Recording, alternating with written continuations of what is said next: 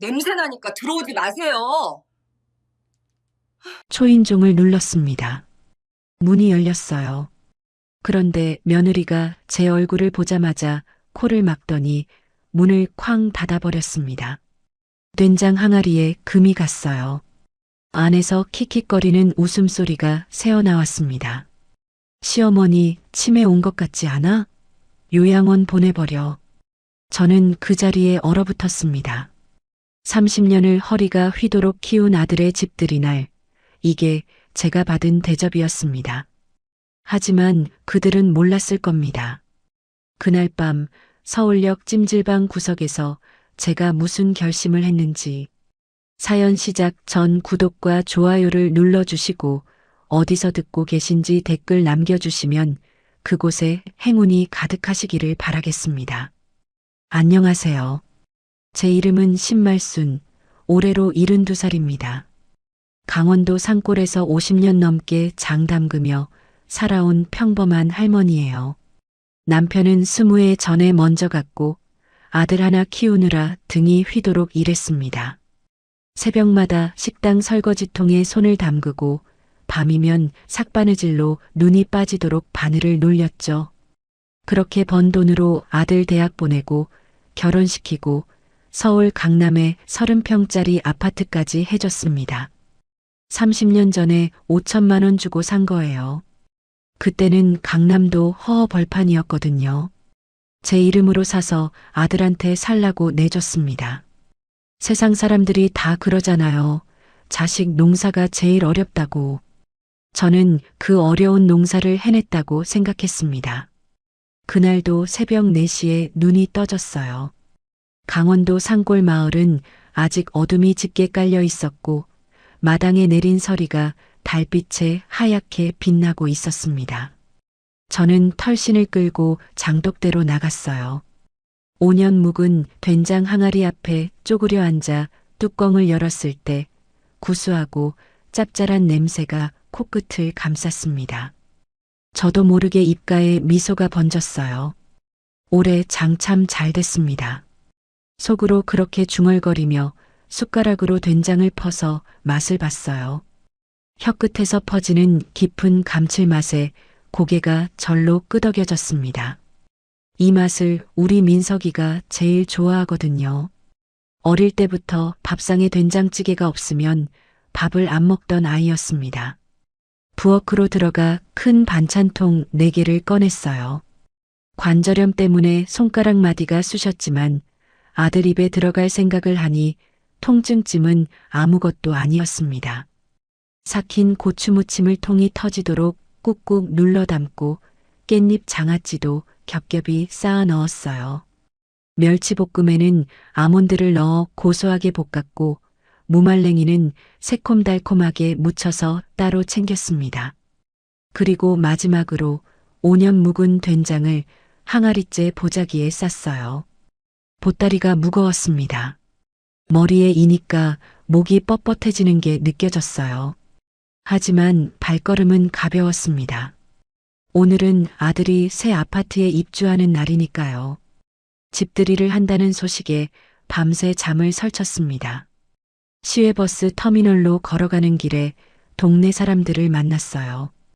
이장님 댁 할머니가 지팡이를 짚고 나오시더니 저를 보고 물으셨죠. 어디 가는 길이요? 저는 어깨를 으쓱하며 대답했습니다. 서울 가요. 우리 아들이 강남에 비싼 아파트 들어갔거든요. 집들이 간다고요. 입이 귀에 걸렸을 겁니다. 자랑이 절로 나왔어요. 할머니는 부럽다는 듯이 고개를 끄덕이셨고 저는 콧노래를 흥얼거리며 터미널로 향했습니다. 매표소에서 잠시 망설였어요. 우등이 3,000원 더 비쌌거든요. 결국 일반 버스표를 끊었습니다. 그 돈이면 손주한테 과자라도 하나 더 사줄 수 있으니까요. 저는 늘 그랬습니다. 제 것은 아끼고 줄여도 자식한테 쓰는 돈은 아까운 줄 몰랐어요. 버스 안에서 옆자리에 앉은 대학생에게 삶은 달걀을 건넸습니다. 처음엔 사양하던 청년이 제가 계속 권하니까 결국 받아들었어요. 달걀 껍질을 까면서 청년이 물었습니다.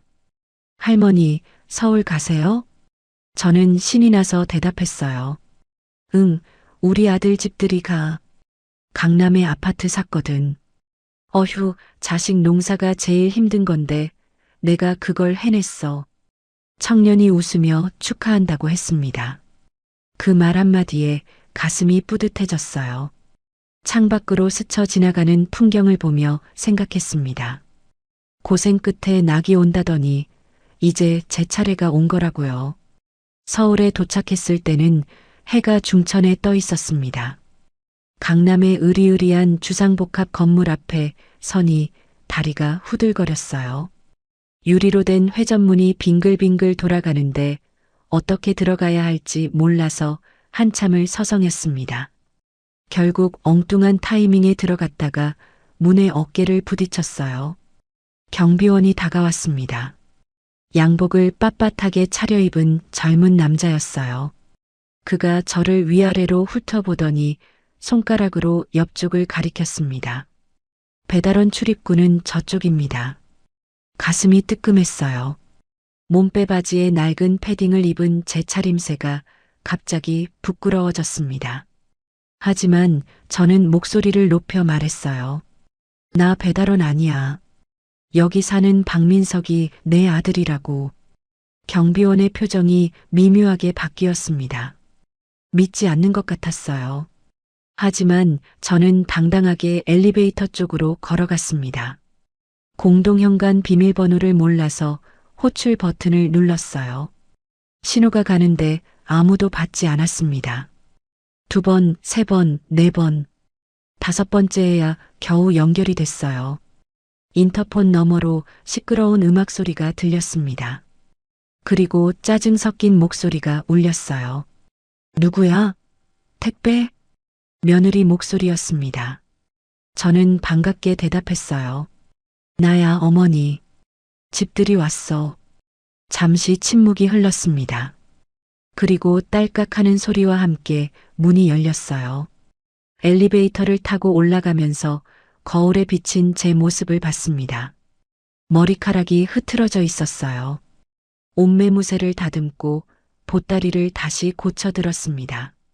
아들 집 앞에 선의 안에서 짠, 건배 하는 소리가 들렸어요. 샴페인 잔 부딪히는 소리, 웃음소리. 저는 왜인지 모르게 쓸쓸해졌습니다. 나는 부르지 않았구나. 초인종을 눌렀어요. 한참 뒤에 문이 열렸는데 활짝 연 게 아니었습니다. 안전고리를 건 채 10cm쯤만 열렸어요. 그 틈으로 며느리 예진이의 얼굴이 보였습니다. 풀 메이크업에 화려한 드레스를 입고 있었어요. 눈썹을 찌푸린 채 저를 내려다봤습니다. 보따리에서 된장 냄새가 새어나왔나 봅니다.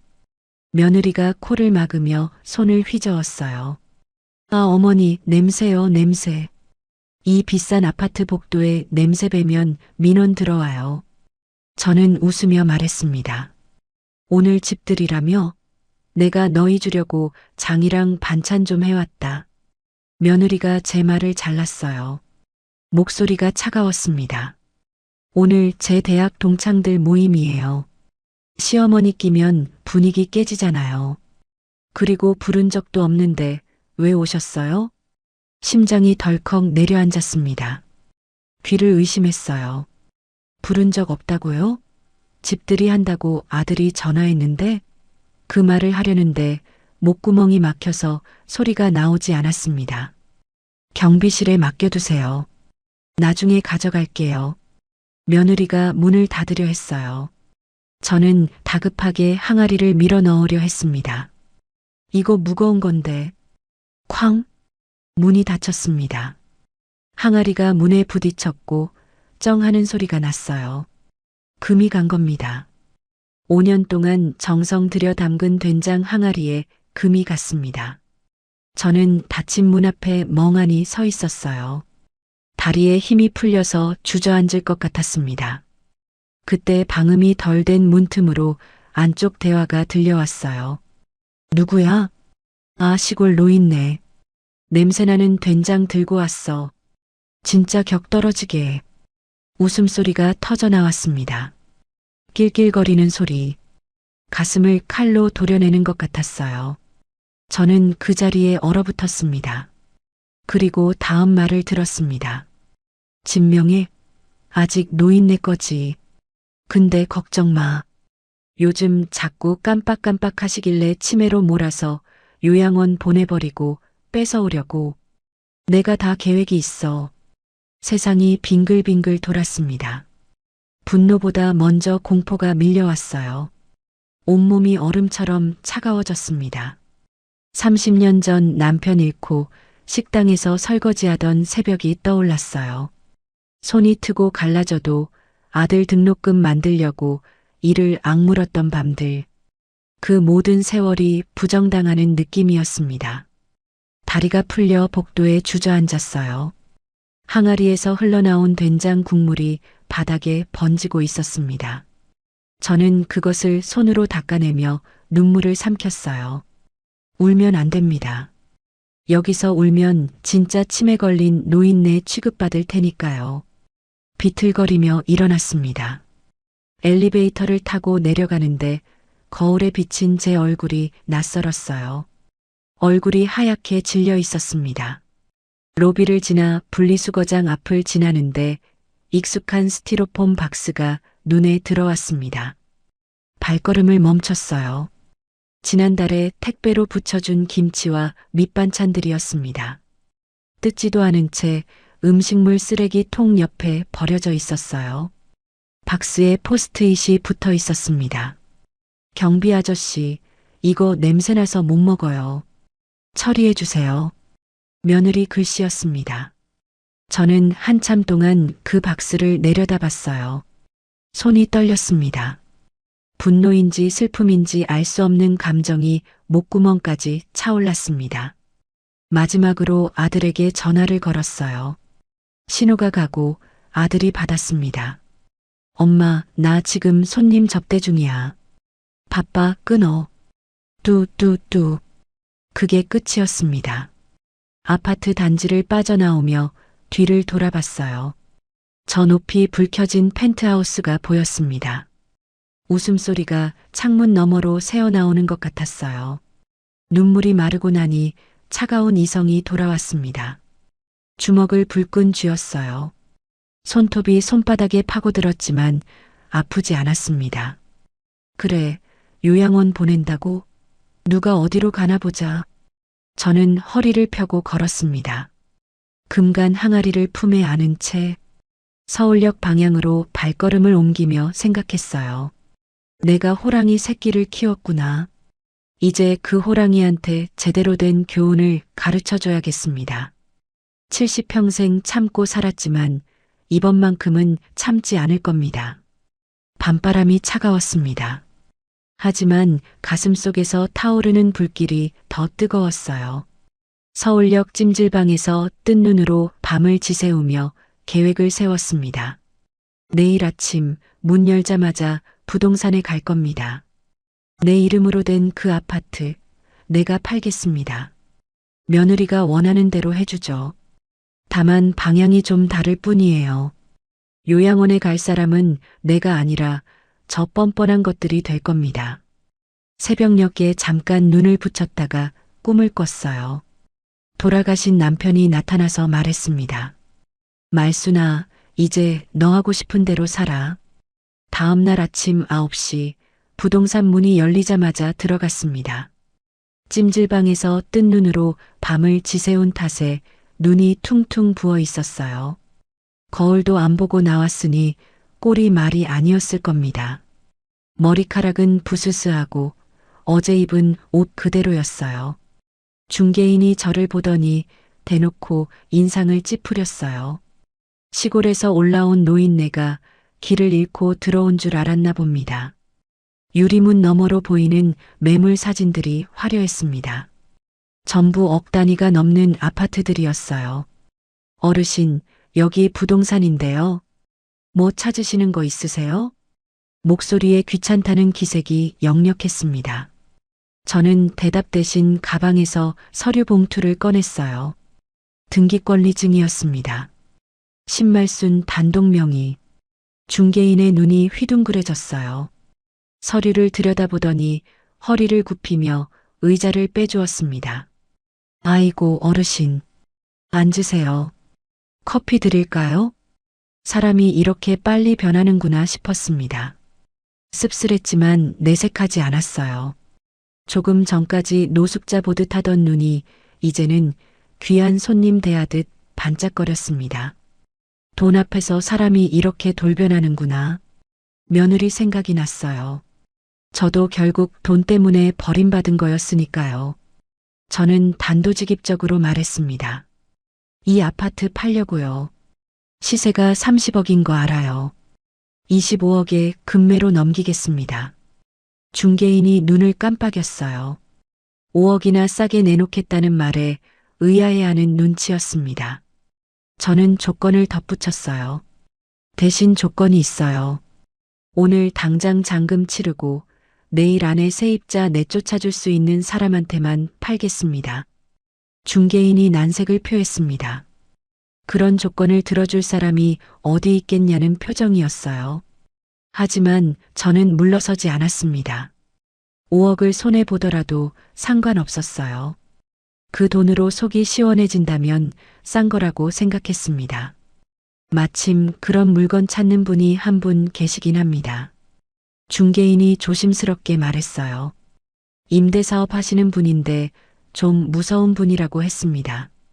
사채업 출신이라 명도에는 일가견이 있다고요. 저는 고개를 끄덕였어요. 연결해 주세요. 2시간 뒤 마 사장이라는 사람이 부동산에 나타났습니다.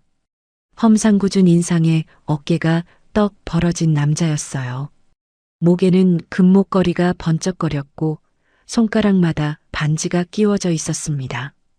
영화에서 보던 그런 사람이었어요. 걸음걸이부터 달랐습니다. 세상 무서울 게 없다는 듯이 어슬렁어슬렁 들어왔어요. 중개인이 허리를 90도로 꺾으며 인사했습니다. 마 사장이 저를 위아래로 훑어보더니 물었습니다. 할머니, 아들 레미한테 이러셔도 괜찮겠소? 우린 법보다 주먹이 가까운데. 저는 눈 하나 깜짝하지 않고 대답했어요. 상관없소. 아주 싹싹하게 쫓아내 주시오. 마 사장이 피식 웃었습니다. 재밌는 할머니라는 표정이었어요. 계약서를 작성하는 동안 손끝이 떨렸습니다. 하지만 인감도장을 찍을 때는 꼭 힘을 주어 눌렀어요. 삐뚤어지면 안 되니까요. 도장을 찍는 순간 30년 전 이 집을 샀을 때가 떠올랐습니다. 그때는 아들 주려고 샀는데 이제는 아들한테서 뺏어오는 거였어요. 인생이 참 묘합니다. 잠시 후 휴대폰에서 알림음이 울렸습니다. 통장에 계약금과 잔금이 한 번에 들어왔어요. 25억 원 입금 완료. 평생 처음 보는 숫자였습니다. 손이 떨려서 휴대폰을 놓칠 뻔했어요. 25억이면 남은 평생 놀고 먹어도 됐습니다. 하지만 그게 끝일까요? 며느리는 나를 냄새나는 시골 노인네라고 했어요. 쓸모없는 늙은이 취급을 했습니다. 그 말이 가슴에 박혀서 빠지지 않았어요. 돈으로는 그 모욕을 씻을 수 없었습니다. 내 손으로 뭔가를 이뤄내야 했어요. 50년 장 담근 세월이 헛되지 않았다는 걸 증명하고 싶었습니다. 부동산을 나와서 휴대폰 대리점으로 갔어요. 번호를 바꿨습니다. 아들과 며느리 번호는 차단이 아니라 아예 삭제해버렸어요.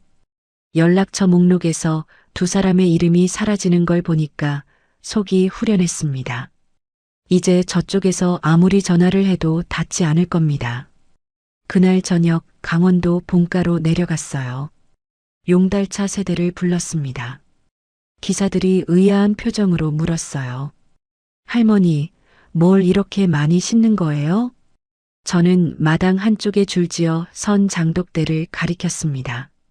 수백 개의 항아리가 달빛 아래 옹기종기 모여 있었어요. 된장, 간장, 고추장, 청국장, 묵은지. 50년 넘게 담가온 것들이었습니다. 이게 내 진짜 재산이야. 이거 다 싫어. 기사들이 어이없다는 듯이 웃었지만 저는 진심이었어요. 서울 아파트보다 이 장독대가 더 귀했습니다. 돈으로 살 수 없는 세월이 담겨 있으니까요. 용달차가 향한 곳은 강원도 산골의 폐교였습니다. 며칠 전에 미리 알아봐둔 곳이에요. 오래전에 문을 닫은 초등학교인데 건물은 낡았지만 운동장이 넓었습니다. 농촌 인구가 줄어서 학생이 없어진 학교였어요. 칠판에 분필 글씨가 남아있고 복도에는 아이들 그림이 붙어 있었습니다. 쓸쓸했지만 저한테는 딱 맞는 곳이었어요. 장독대 놓기에 딱 좋았습니다. 임대료도 한 달에 50만 원밖에 안 했어요. 폐교에 도착했을 때는 밤 11시가 넘어 있었어요. 운동장에 수백 개의 항아리를 내려놓는데 3시간이 걸렸습니다. 기사들이 땀을 뻘뻘 흘리며 일했어요. 항아리 하나가 20kg은 좋게 나갔거든요. 기사 한 명이 투덜거렸습니다. 할머니, 이거 다 뭐예요? 왜 이렇게 무거워요? 50년 묵은 세월이 들어있어서 그래. 기사가 무슨 소린지 모르겠다는 표정을 지었지만 저는 웃기만 했어요. 마지막 항아리가 내려지자 저도 모르게 한숨이 나왔습니다. 드디어 왔구나. 잡초가 무성한 운동장에 항아리들이 줄지어 서 있었습니다. 마치 군대처럼 보였어요. 내 편이 되어줄 군대. 저는 항아리 사이를 천천히 걸으며 하나하나 어루만졌습니다. 차가운 온기 표면에서 세월의 무게가 느껴졌어요. 교실 하나에 전기장판을 깔고 누웠습니다. 천장이 금이 가 있었고 창문 틈으로 찬바람이 들어왔어요. 하지만 이상하게도 마음은 편안했습니다. 남편 영정 사진을 꺼내 베개맡에 세워두고 말을 걸었어요. 영감, 나 이제 누구 엄마 말고 신말순으로 살라요. 대답은 없었지만 남편이 웃고 있는 것 같았습니다. 다음 날 아침 예전에 쓰던 공기계를 꺼내봤어요. 아들에게서 부재중 전화가 50통이 넘게 와 있었습니다. 며느리에게서 온 문자도 있었어요. 어머니 깡패들이 들이닥쳐서 나가래요. 이게 무슨 일이에요? 빨리 와서 해결해 주세요. 저는 피식 웃었습니다. 이제야 정신이 드나 보구나.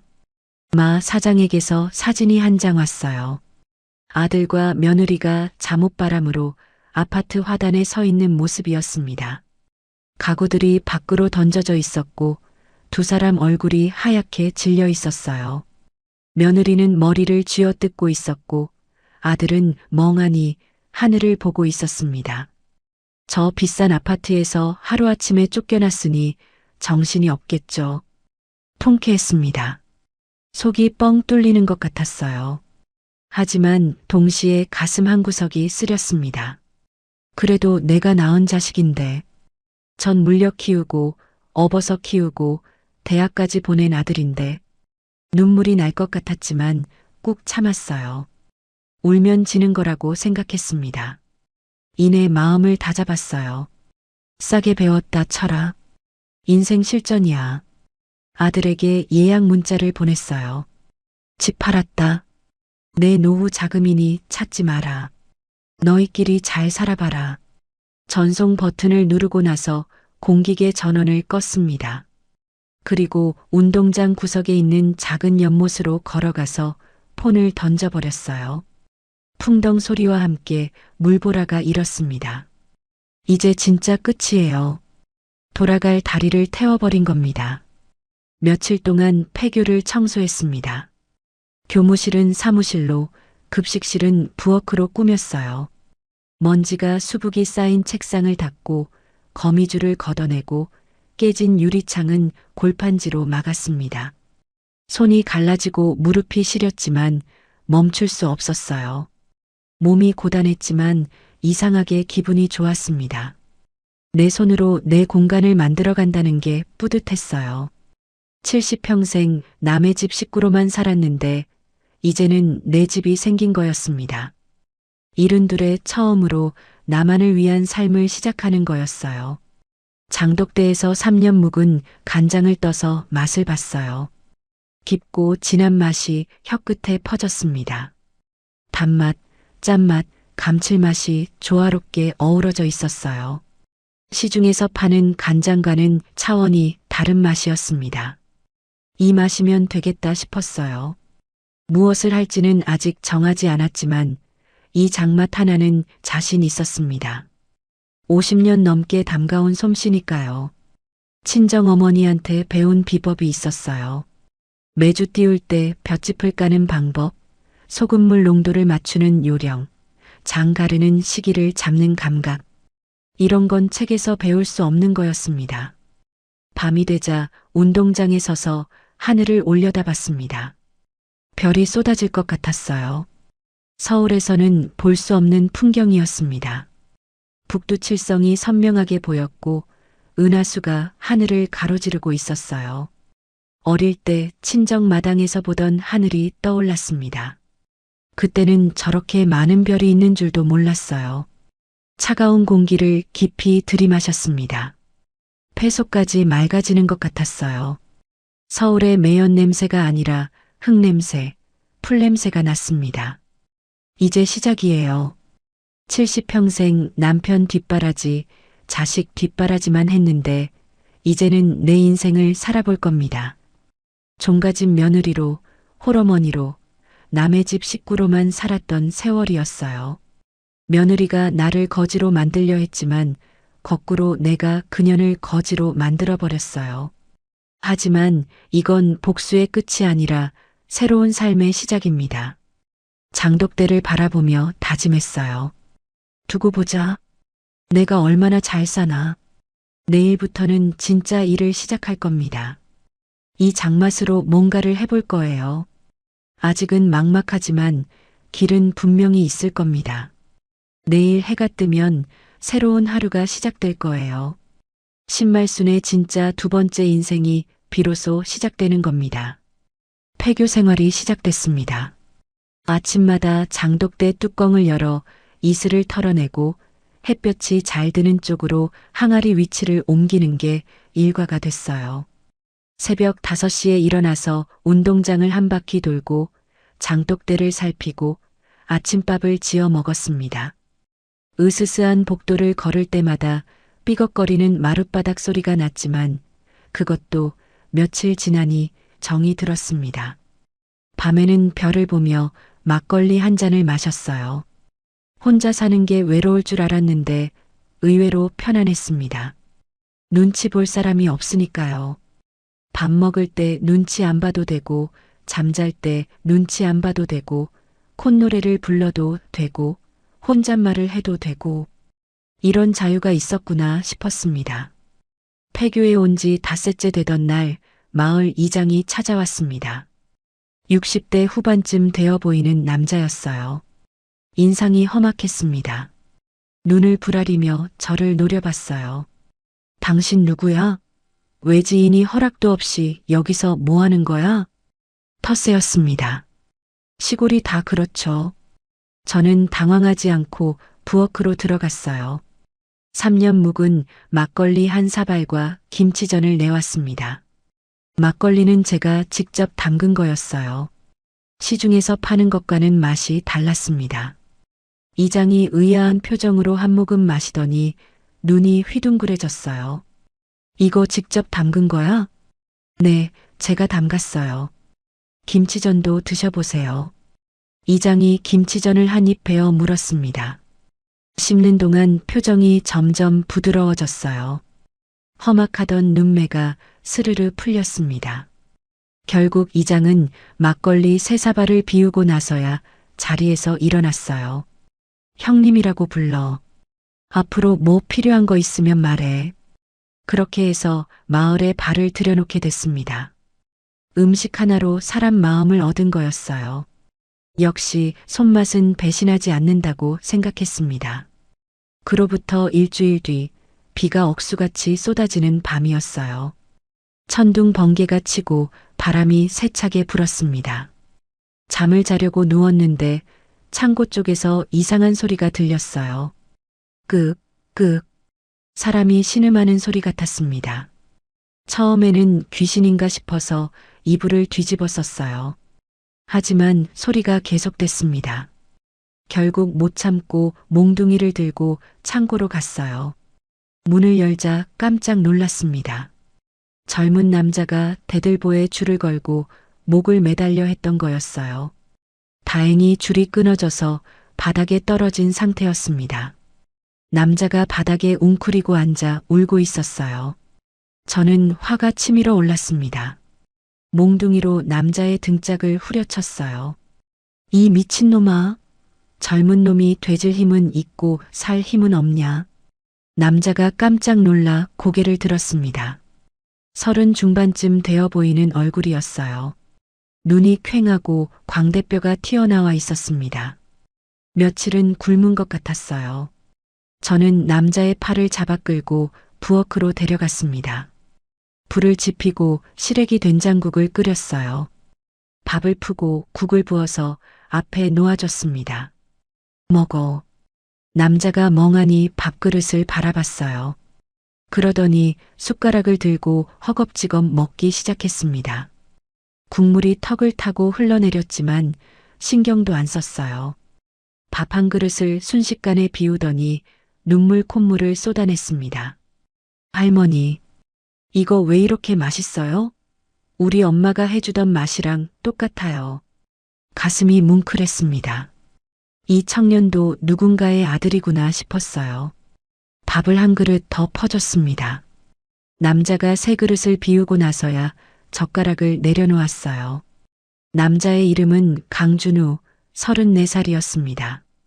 명문대 경영학과를 나와서 요식업 창업을 했다가 사기를 당했대요. 투자금 5억을 날리고 빚쟁이에게 쫓겨 여기까지 도망쳐 온 거였습니다. 부모님은 일찍 돌아가시고 의지할 곳이 없어서 죽으려 했다고 했어요. 바보 같은 놈. 돈 때문에 죽어. 돈은 다시 벌면 되잖아. 제 말에 준우가 고개를 떨궜습니다. 어깨가 들썩였어요. 한참을 울더니 겨우 입을 열었습니다. 목소리가 갈라져 있었어요. 아무도 저한테 그렇게 말해준 사람이 없었어요. 다들 빚이나 갚으라고, 왜 사기를 당했냐고, 바보라고만 했어요. 그래서 되지려고 했어? 더 바보 같은 짓이지. 준우가 피식 웃었습니다. 울다가 웃는 얼굴이 묘했어요. 한참 뒤에 준우가 물었습니다. 할머니는 왜 여기 혼자 계세요?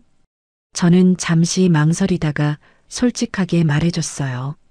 아들한테 배신당한 이야기, 집을 팔아버린 이야기, 여기서 새 출발을 하려는 이야기. 준우가 눈을 동그랗게 뜨고 들었습니다. 대단하시네요. 저라면 그렇게 못했을 거예요. 대단한 게 아니야. 살려고 발버둥 치는 거지. 그날 밤 준우를 빈 교실에 재웠습니다. 다음 날 아침 준우가 밥값을 하겠다며 장독대 닦는 일을 도왔어요. 젊은 사람이 하니까 일이 빨랐습니다. 장작도 패주고 무거운 짐도 들어줬어요. 손이 크고 힘이 세서 큰 도움이 됐습니다. 며칠 뒤 준우가 휴대폰으로 장독대 사진을 찍었습니다. 햇살 받은 항아리들이 반짝거리는 모습이었어요. 할머니, 이거 인스타 감성인데요? 무슨 소린지 몰랐습니다. 인스타가 뭔지도 몰랐어요. 준우가 웃으며 설명해 줬습니다. 요즘 사람들이 사진 올리고 소통하는 곳이라고요. 할머니, 이 장맛 저만 먹기 아까워요. 팝시다. 저는 손사래를 쳤어요. 누가 이 시골 된장을 사냐? 마트에 가면 싼 게 널렸는데. 아니에요. 요즘 사람들이 이런 전통 음식에 열광해요. 진짜로요. 준우가 끈질기게 설득했습니다. 경영학과 출신답게 시장 분석이며 마케팅 전략이며 줄줄이 늘어놓았어요. 반은 알아듣고 반은 못 알아들었지만 준우의 눈빛이 진지했습니다. 살아있는 눈빛이었어요. 며칠 전 목을 매달려던 사람과는 딴판이었습니다. 그래, 한번 해보자. 뭐 잃을 것도 없잖아. 준우의 얼굴이 환하게 펴졌습니다. 죽으려던 사람 맞나 싶을 정도로 생기가 돌았어요. 그날부터 본격적으로 준비를 시작했습니다. 당장 팔 수 있는 물건이 필요했어요. 된장과 간장은 숙성에 몇 년이 걸리니까 지금 있는 걸로 해야 했습니다. 숙성이 끝난 된장과 간장, 그리고 바로 만들 수 있는 깻잎 장아찌와 무말랭이를 주력 상품으로 정했어요. 청국장도 추가했습니다. 청국장은 3일이면 만들 수 있으니까요. 볏짚에 삶은 콩을 싸서 따뜻한 곳에 두면 끝이에요. 냄새가 지독하지만 맛은 기가 막혔습니다. 준우가 심신의 발효곡간이라는 이름을 지었습니다. 제 성을 따서 지은 거였어요. 인터넷에 계정을 만들고 제가 가마솥에 콩 삶는 사진을 올렸습니다. 준우가 글을 썼어요. 70평생 장만 담가온 할머니의 손맛. 그런 문구였습니다. 첫 주문이 들어왔습니다. 딸랑 3건이었어요. 기뻐해야 할지 말아야 할지 모르겠더라고요. 그래도 누군가 내 물건을 사겠다고 했다는 게 신기했습니다. 택배 기사한테 전화했더니 산골이라 안 온다고 했어요. 픽업 장소까지 가져오라는 거였습니다. 결국 리어카에 박스를 싣고 읍내 우체국까지 걸어갔어요. 비포장기를 덜컹거리며 왕복 2시간이 걸렸습니다. 다리가 후들거렸지만 기분은 좋았어요. 할머니, 우리 대기업 된 거예요? 준우가 농담을 던졌어요. 저도 웃으며 받아쳤습니다. 그래, 세계 정복 시작이야. 둘이서 깔깔거리며 웃었습니다. 오랜만에 웃어봤어요. 배가 아플 정도로 웃은 게 언제였는지 기억도 안 났습니다. 그날 밤 저는 치매 예방 겸 심심풀이로 화투 뒷면에 레시피를 적었어요. 일부러 엉터리로 썼습니다. 소금 비율도 틀리게, 물량도 틀리게, 숙성 기간도 엉망으로 적었어요. 준우가 그걸 보더니 물었습니다. 할머니, 이게 비법서예요? 저는 장난기가 발동해서 대답했어요. 그래, 며느리도 안 가르쳐주는 비법이야. 그 노트를 일부러 부엌 찬장 잘 보이는 곳에 뒀습니다. 왜 그랬는지는 저도 몰라요. 그냥 직감이었습니다. 언젠가 쓸모가 있을 것 같았어요. 며칠 뒤 고객 후기가 올라오기 시작했습니다. 준우가 휴대폰 화면을 보여주며 읽어줬어요. 집 나간 입맛이 돌아왔어요. 돌아가신 할머니 생각나요. 이런 맛 처음이에요. 우리 엄마들이니까 눈물 흘리셨어요. 눈시울이 붉어졌습니다. 내 손맛을 알아주는 사람들이 있다는 게 이렇게 기쁜 일인 줄 몰랐어요. 며느리는 냄새난다며 코를 막았지만 세상에는 내 정성을 알아봐주는 사람들이 있었습니다. 아들은 내 음식을 쓰레기통에 버렸지만 누군가는 그 맛에 눈물을 흘려주고 있었어요. 주문량이 조금씩 늘어났어요. 하루에 10건, 20건, 30건. 입소문이 나기 시작한 거였습니다. 손이 모자랄 지경이었어요. 하지만 힘든 줄 몰랐습니다. 몸은 고됐지만 마음은 날아갈 것 같았어요. 준우에게 첫 월급을 줬습니다. 150만 원짜리 봉투였어요. 빚 갚는데 보태라. 준우가 봉투를 받아들고 한참 동안 말이 없었습니다. 고개를 숙이더니 어깨가 들썩거렸어요. 울고 있었습니다. 저는 아무 말 않고 등을 토닥여줬어요. 피 한 방울 안 섞인 남이지만 이상하게 정이 들었습니다. 내가 낳은 아들보다 이 청년이 더 가깝게 느껴졌어요. 세상 참 아이러니합니다. 그날 밤 꿈을 꿨어요. 아들 민석이가 나타나서 엄마 잘못했어 하고 빌었습니다. 그런데 얼굴이 갑자기 며느리로 바뀌더니 돈 내놔 하고 소리를 질렀어요. 식은땀을 흘리며 깼습니다. 한참 동안 천장을 바라봤어요. 아직 끝난 게 아니라는 걸 알고 있었습니다. 언젠가 저 사람들이 다시 나타날 거예요. 하지만 그때는 내가 더 강해져 있을 겁니다. 준우와 함께 이 사업을 키워서 당당하게 맞설 거예요. 그날이 반드시 올 때까지 더더욱 열심히 장을 담글 겁니다. 사업을 시작한 지 3개월이 지났습니다. 하루에 50건, 100건씩 주문이 들어왔어요. 이제는 택배 기사가 직접 폐교까지 와줬습니다. 물량이 많으니까 안 올 수가 없었던 거죠. 준우가 새벽부터 밤까지 포장을 했고 저는 장을 담그고 반찬을 만들었어요. 손이 모자랐습니다. 마을 노인들을 일당 주고 고용했어요. 깻잎 씻는 일, 무 써는 일, 박스 접는 일. 할머니들이 수다를 떨며 일하는 모습이 정겨웠습니다. 그러던 어느 날 준우가 휴대폰을 들고 뛰어왔어요. 얼굴이 상기되어 있었습니다. 할머니, 큰일 났어요. 좋은 쪽으로요. 무슨 소린가 싶어서 화면을 봤습니다. 유명한 먹방 유튜버가 우리 청국장을 먹는 영상이었어요. 구독자가 300만 명이 넘는 사람이었습니다. 영상에서 그 사람이 청국장찌개를 보글보글 끓이더니 한 숟가락 크게 떠먹었어요. 눈을 휘둥그레 뜨고 소리쳤습니다. 이건 미쳤다. 이게 진짜 청국장이구나. 시중에서 파는 거랑 차원이 다르네. 그러더니 밥을 뚝딱 비우고 냄비째 국물을 들이켰어요.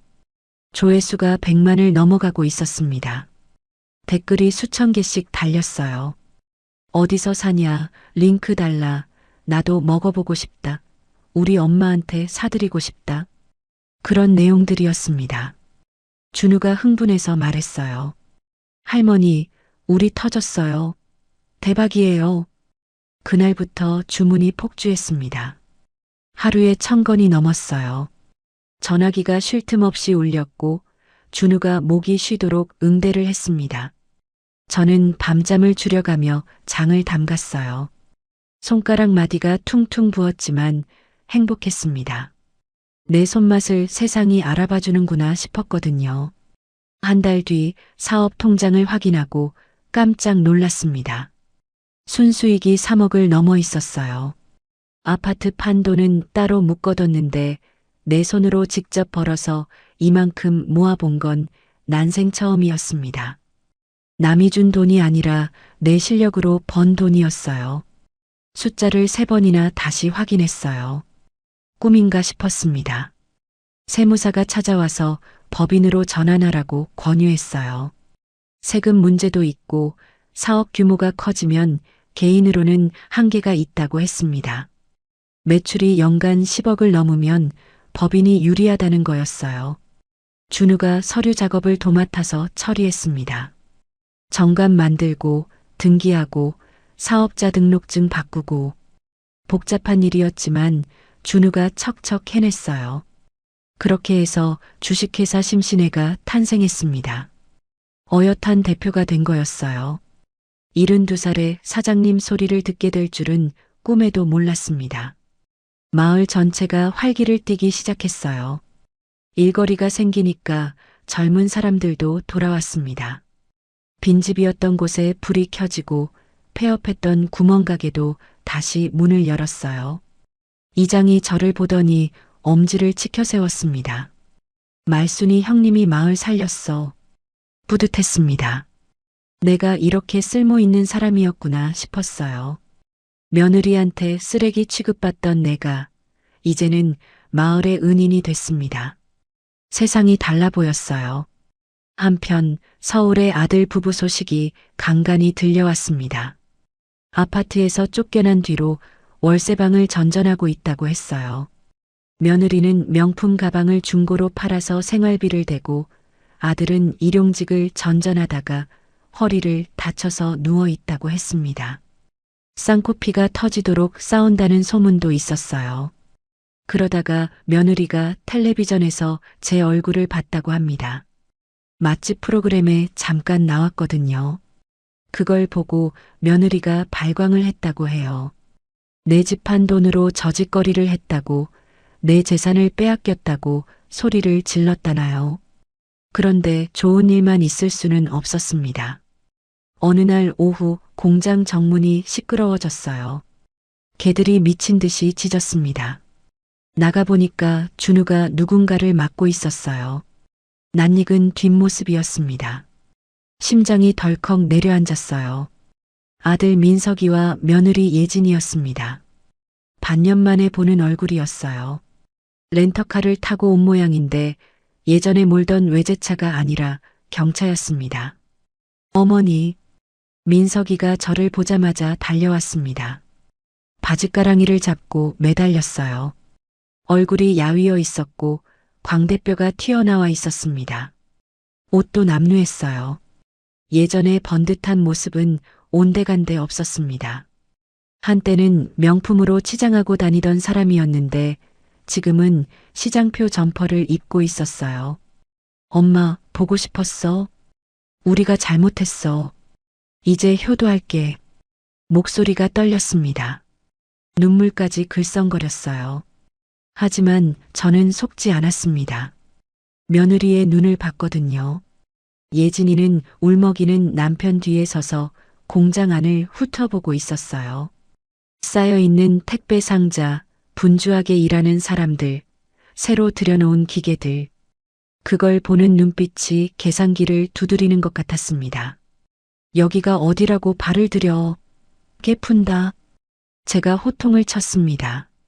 마을 노인들이 하던 일을 멈추고 나왔어요. 낙과 호미를 들고 있었습니다. 이장도 달려왔어요. 형님, 무슨 일이야? 이것들이 누구야? 내 자식이라는 것들이야. 쫓아내줘. 이장이 눈을 부라렸습니다.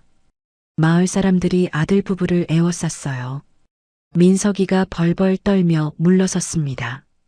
예진이가 억울하다는 듯이 소리쳤어요. 시어머니, 우리가 뭘 잘못했다고 이래요? 가족이잖아요. 가족? 나를 요양원에 쳐넣고 집 뺏으려던 것들이 무슨 가족이야. 예진이 얼굴이 하얗게 질렸습니다. 그 말을 제가 들었다는 걸 몰랐던 거예요. 마을 사람들이 손에 든 것을 휘두르며 아들 부부를 몰아냈습니다. 두 사람이 비틀거리며 도망쳤어요. 차에 타고 사라지는 뒷모습을 보며 한숨을 쉬었습니다. 가슴이 아팠어요. 그래도 내가 낳은 자식인데. 그날 밤 준우가 조심스럽게 물었습니다. 할머니, 괜찮으세요? 괜찮아. 이미 마음 정리한 지 오래야. 거짓말이었습니다. 괜찮지 않았어요. 하지만 내색할 수 없었습니다. 며칠 뒤 무슨 일이 생길 거라는 예감이 들었어요. 아들 부부가 그냥 물러날 사람들이 아니었거든요. 아니나 다를까 일주일 뒤에 이상한 일이 벌어졌습니다. 폭우가 쏟아지는 밤이었어요. 개들이 짖길래 창문을 열어봤더니 아무것도 안 보였습니다. 이상하다 싶으면서도 그냥 잠들었어요. 다음 날 아침 부엌에 가서 깜짝 놀랐습니다. 찬장에 뒀던 레시피 노트가 없어진 거예요.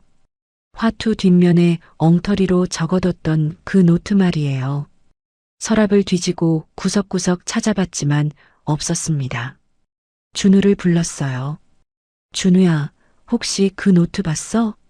아니요, 못 봤는데요. 왜요? 없어졌어. 준우가 얼굴이 굳어졌습니다.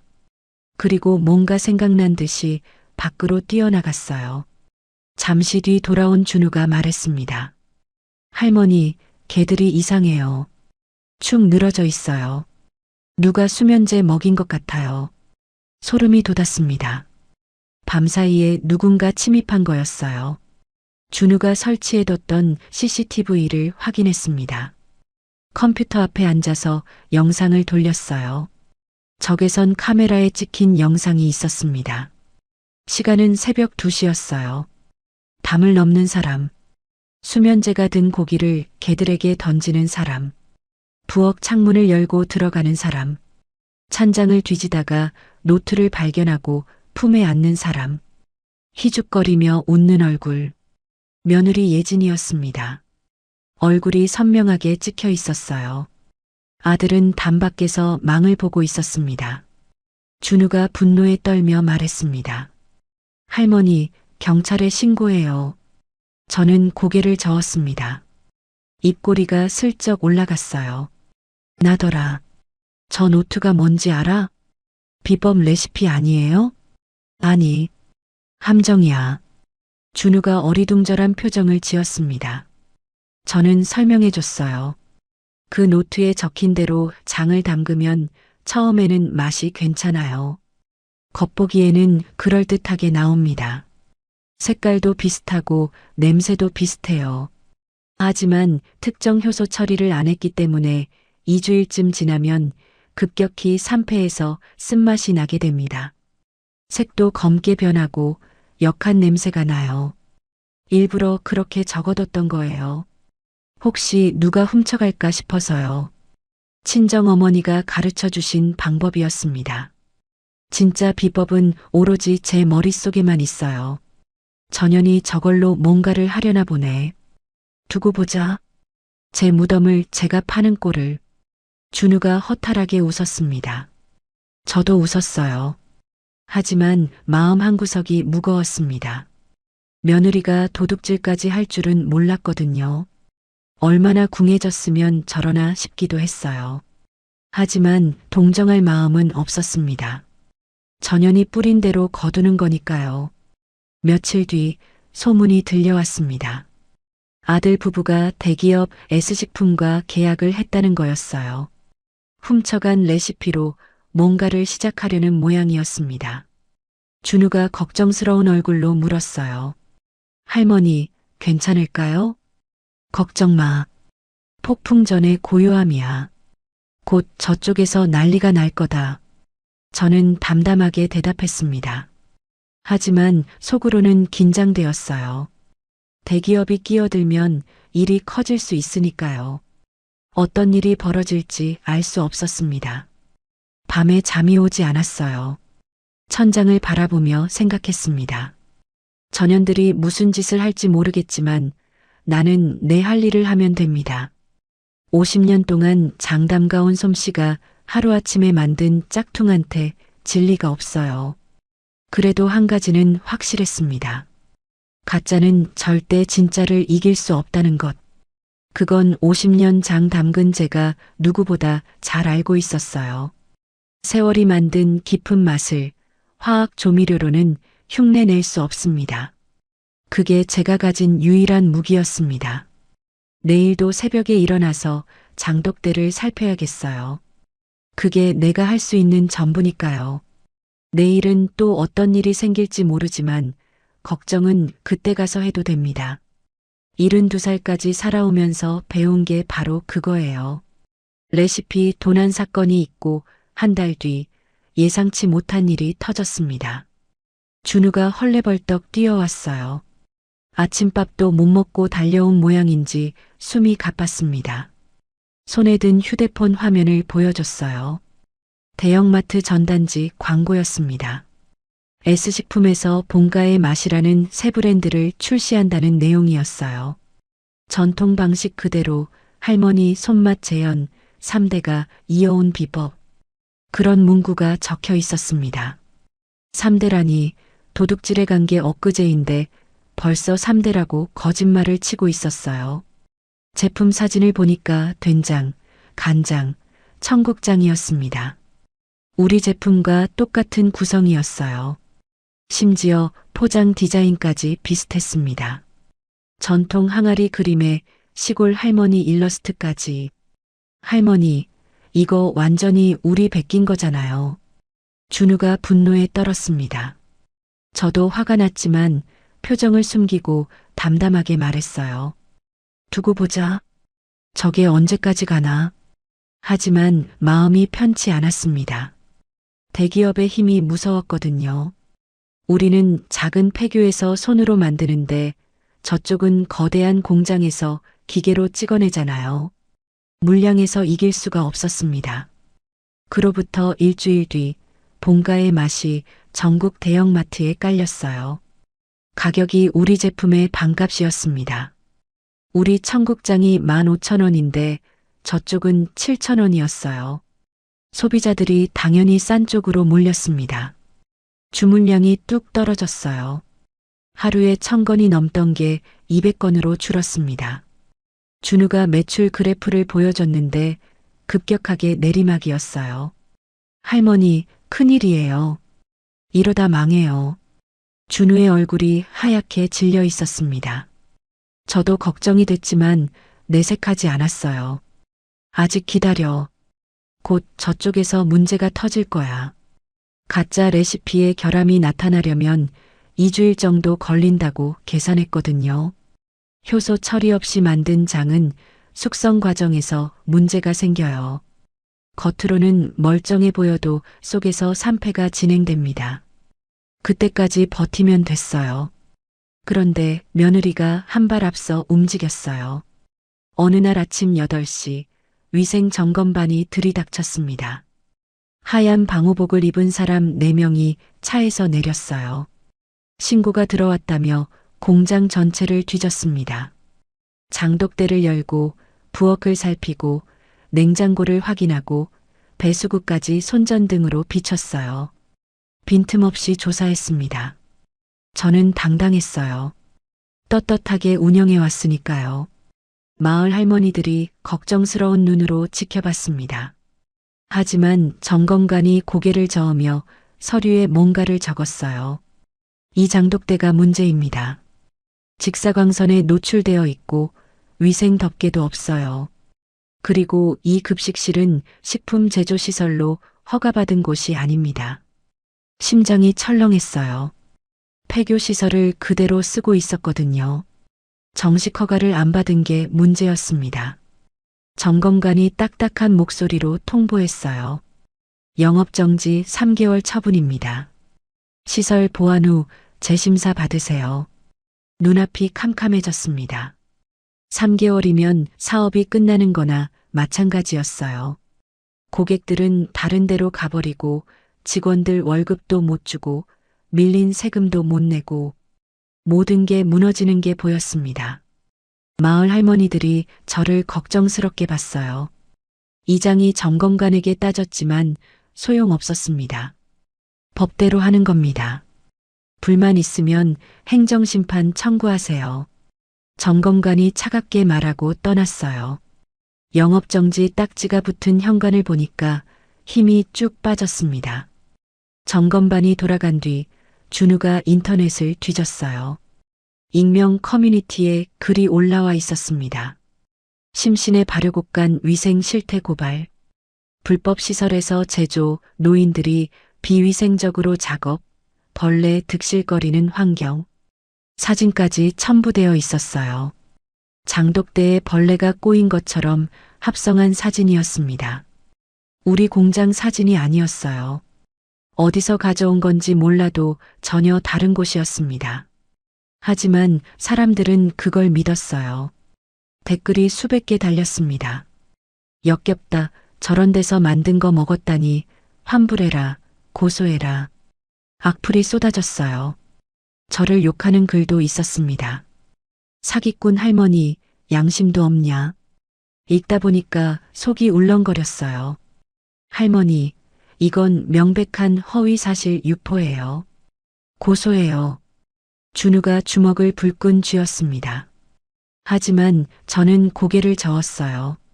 지금은 때가 아니야. 증거를 모아야 해. 속이 부글부글 끓었습니다.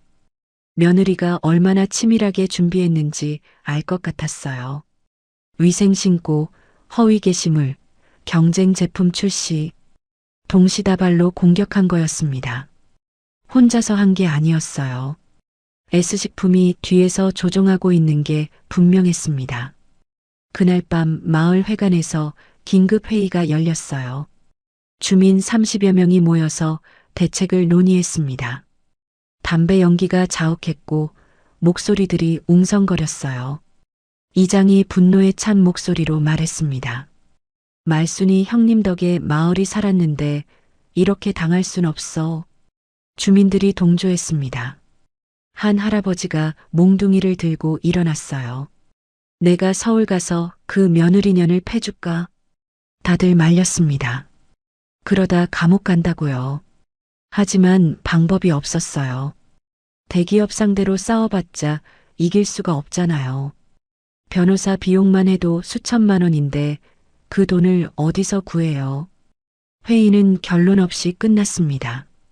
주민들이 하나둘 돌아가는 뒷모습이 쓸쓸했어요. 밤에 혼자 장독대 앞에 앉았어요. 달빛이 항아리를 비추고 있었습니다. 하나하나 쓰다듬으며 중얼거렸어요. 50년 동안 너희랑 같이 살았는데 이렇게 끝나는 건가? 눈물이 흘렀습니다. 참으려고 했는데 참아지지 않았어요. 억울했습니다. 정직하게 살아왔는데 왜 이런 일을 당해야 하는지. 새벽 4시에 일어나서 장 담그고 밤 10시까지 일하고 쉬는 날 없이 뛰었는데 그게 다 물거품이 되는 건가요? 남편 영정 사진을 꺼내 들고 말했어요. 영감, 나 이제 어떡하지? 다 끝난 거야? 대답은 없었습니다. 바람에 나뭇잎 스치는 소리만 들렸어요. 하지만 남편 얼굴을 보니까 마음이 조금 진정됐습니다. 눈물을 닦고 일어났어요. 아직 끝난 게 아니야. 저 항아리들이 버티는 한 나도 버텨야지. 다음 날 아침 준우가 휴대폰을 들고 뛰어왔습니다. 표정이 묘했어요. 반은 걱정, 반은 기대 같았습니다. 할머니, 인터넷에 이상한 글이 올라오고 있어요. 보여준 화면에는 본가의 맛제품 후기가 있었어요. 처음엔 맛있었는데 며칠 지나니까 쓴맛이 나요. 유통기한 멀었는데 상했어요. 색깔이 검게 변했어요. 이거 불량품 아니에요? 환불해 주세요. 그런 내용들이었습니다. 사진도 있었어요. 뚜껑을 열었더니 곰팡이가 피어있는 된장, 시커멓게 변한 간장, 악취가 난다는 청국장, 하나둘이 아니었습니다. 수십 건의 후기가 올라오고 있었어요. 가슴이 뛰기 시작했습니다. 가짜 레시피의 함정이 터진 거였어요. 제가 예상한 대로였습니다. 특정 효소 처리를 안 하면 처음에는 맛이 괜찮지만 시간이 지나면 급격히 산패하거든요. 진짜 전통 방식에서는 자연 발효 과정에서 그 효소가 생기는데 공장에서 인위적으로 만들려면 그 비법을 알아야 해요. 그건 화투 뒷면 노트에 안 적어뒀습니다. 대량 생산으로 빨리 찍어내다 보니까 더 빨리 문제가 드러난 거예요. 할머니, 이제 어떡해요? 준우가 물었습니다. 저는 고개를 저었어요. 아직이야. 더 터져야 해. 완전히 망해야 해. 냉정하게 들렸겠지만 이건 전쟁이었어요. 상대가 완전히 쓰러질 때까지 기다려야 했습니다. 그런데 예상치 못한 전화가 왔어요. K푸드 경연대회에서 온 전화였습니다. 전국 전통 발효식품 업체가 참가하는 대규모 행사였어요. 농림축산식품부에서 후원하고 지상파에서 생방송으로 중계한다고 했습니다. 심사위원도 유명 요리사들이 나온다고 했어요. 올해는 특별히 된장 부문을 신설해서 전국에서 내로라 하는 업체들이 참가한다고 했습니다. 참가 의향이 있냐고 물었어요. S식품 본가의 맛도 참가합니다. 직접 대결 형식으로 진행할 예정이에요. 심장이 쿵쾅거렸습니다. 생방송에서 대기업과 맞붙는 거였어요. 전국에서 수천만 명이 지켜보는 자리였습니다. 지면 완전히 끝나는 거고 이기면 역전하는 거였어요. 목숨을 건 한판 승부였습니다. 참가하겠습니다. 대답하고 나서 손이 떨렸습니다. 하지만 후회는 없었어요. 피할 수 없으면 정면으로 부딪히는 수밖에요. 이게 마지막 기회일 수도 있었습니다. 준우가 걱정스러운 눈으로 봤어요. 할머니, 괜찮겠어요? 생방송이라 실수하면 돌이킬 수 없어요. 저는 웃으며 대답했어요. 50년 장맛이 대기업 공장 맛한테 질 것 같아? 허세였습니다. 속으로는 두려웠어요. 카메라 앞에 서본 적도 없고 생방송이라니 긴장돼서 손이 떨릴 것 같았습니다. 하지만 물러설 수 없었어요. 이건 단순한 사업 경쟁이 아니었습니다. 내 인생을 건 싸움이었어요. 며느리한테, 대기업한테, 세상한테 증명해야 했습니다. 72살 시골 할머니도 해낼 수 있다는 걸요.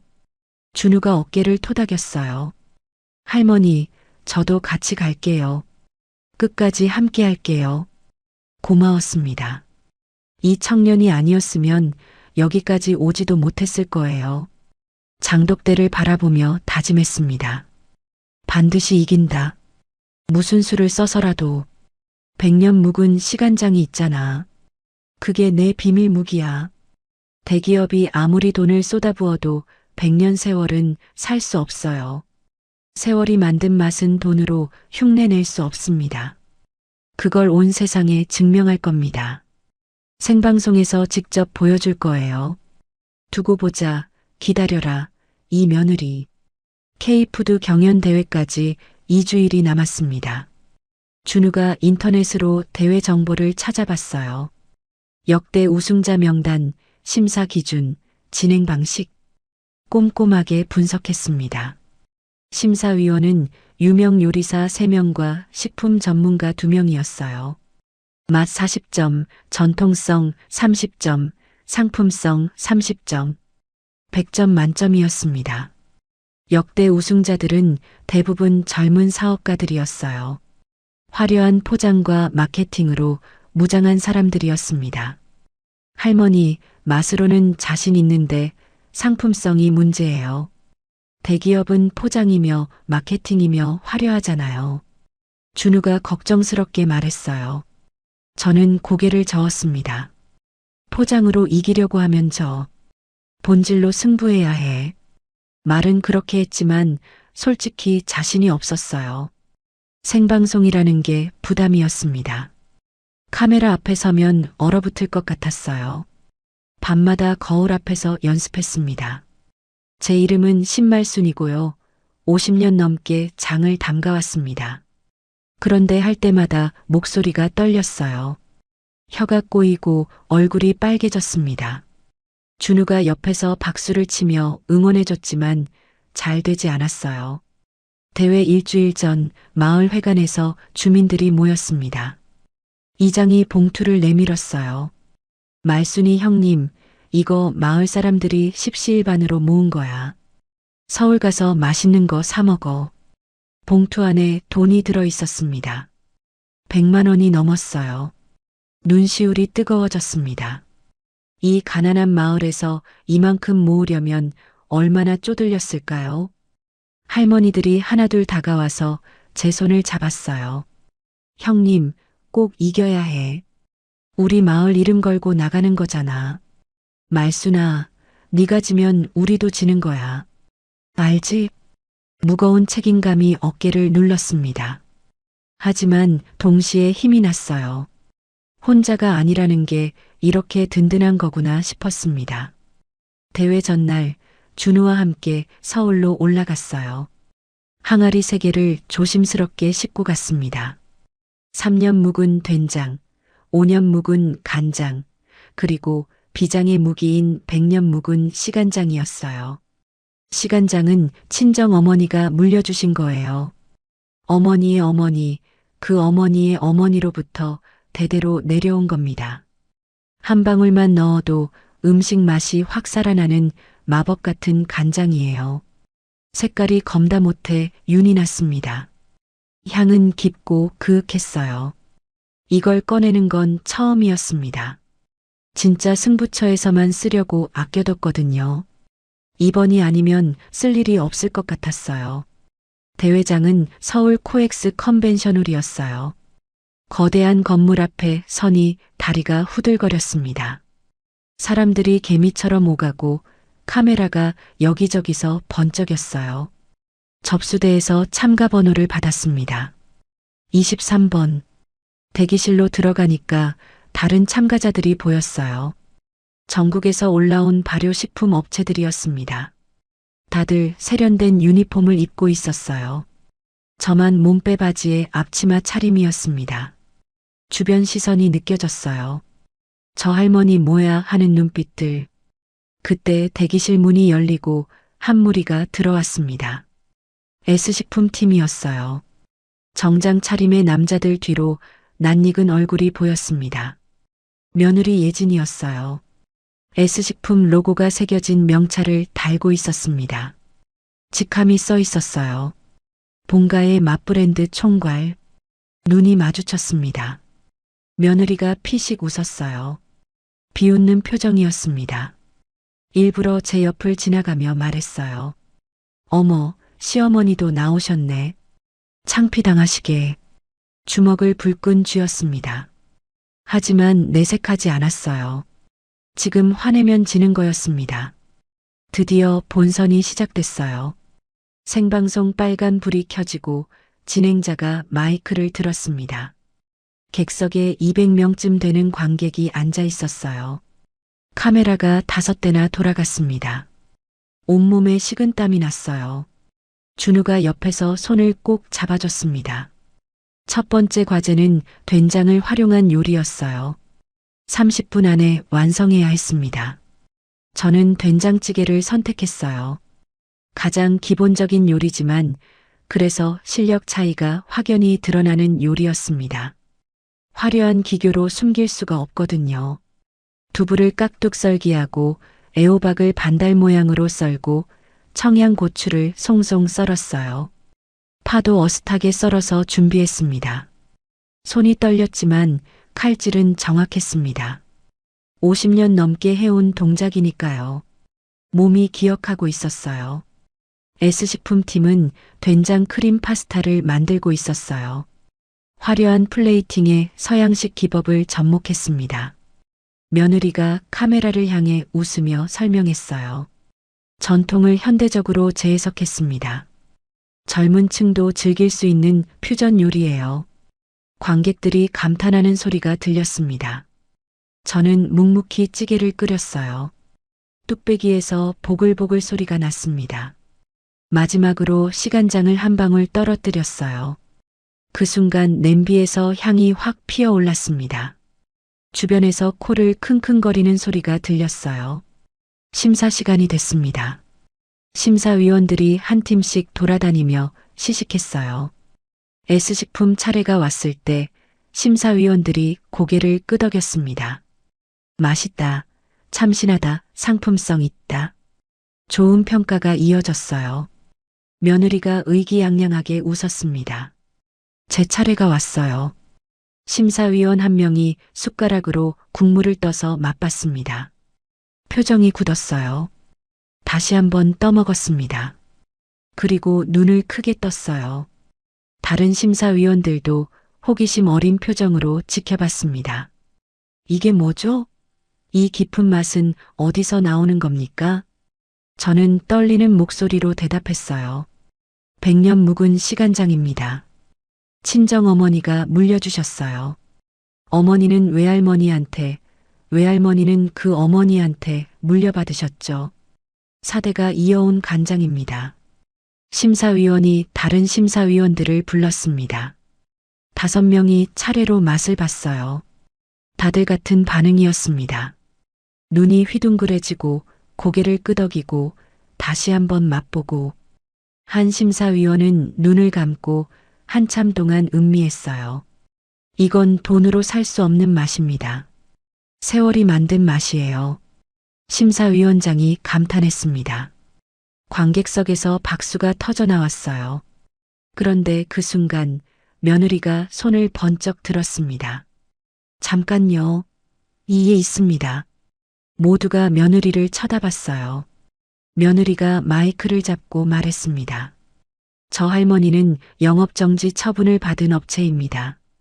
불법 시설에서 비위생적으로 식품을 제조해 왔어요. 저런 사람이 상을 받으면 안 됩니다. 웅성거리는 소리가 퍼졌어요. 심사위원들이 당황한 표정을 지었습니다. 카메라가 제 얼굴을 클로즈업했어요. 머리가 하얘졌습니다. 준비한 말이 다 날아갔어요. 그때 준우가 앞으로 나섰습니다. 그 영업정지는 허위 신고에 의한 것이었습니다. 지금 행정심판 중이에요. 그리고 신고자가 누군지 아십니까? 준우가 휴대폰을 들어 올렸어요. 화면에 CCTV 영상이 떴습니다. 새벽에 담을 넘는 사람, 개에게 수면제 먹이는 사람, 부엌에 침입하는 사람. 며느리 얼굴이 선명하게 잡혀 있었어요. 이 사람이 우리 레시피를 훔쳐갔습니다. 본가의 맛제품은 도둑질한 레시피로 만든 겁니다. 회장이 술렁였어요. 며느리 얼굴이 새파랗게 질렸습니다. S식품 관계자들이 당황해서 서로 눈치를 봤어요. 진행자가 마이크를 들었습니다. 잠시 정리가 필요하겠네요.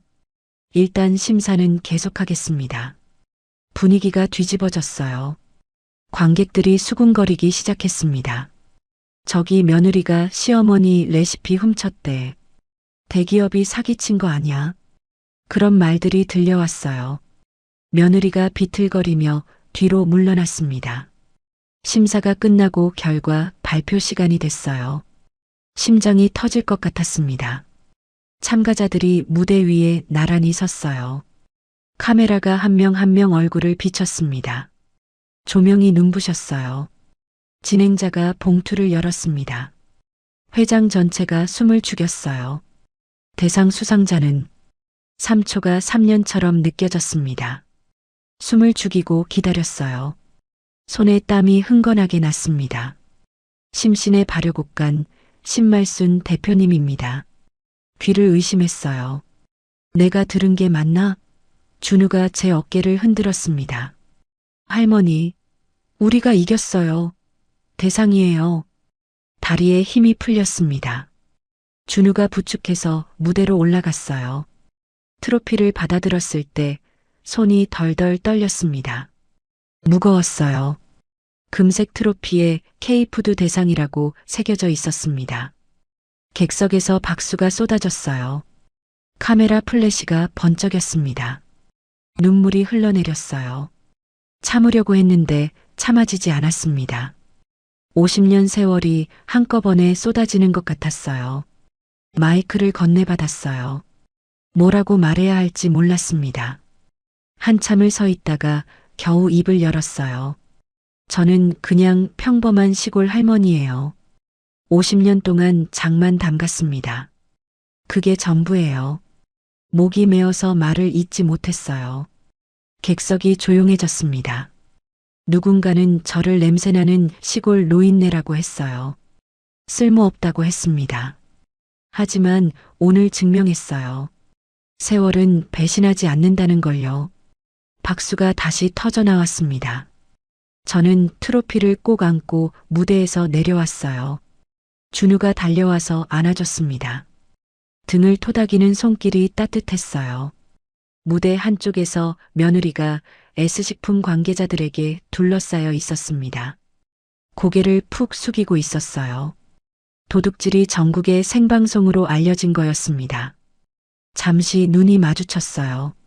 며느리 눈에 눈물이 그렁그렁 맺혀 있었습니다. 불쌍했어요. 하지만 동정할 마음은 없었습니다. 제가 만든 결과가 아니라 자기가 뿌린 대로 거둔 거니까요. 인과응보라는 말이 괜히 있는 게 아니었습니다. 하늘은 다 알고서 지켜보고만 있었어요. 대회가 끝나고 모든 게 바뀌었습니다. 생방송으로 전국의 얼굴이 알려졌어요. 폐교로 돌아오는 길에 휴대폰이 쉴 틈 없이 울렸습니다.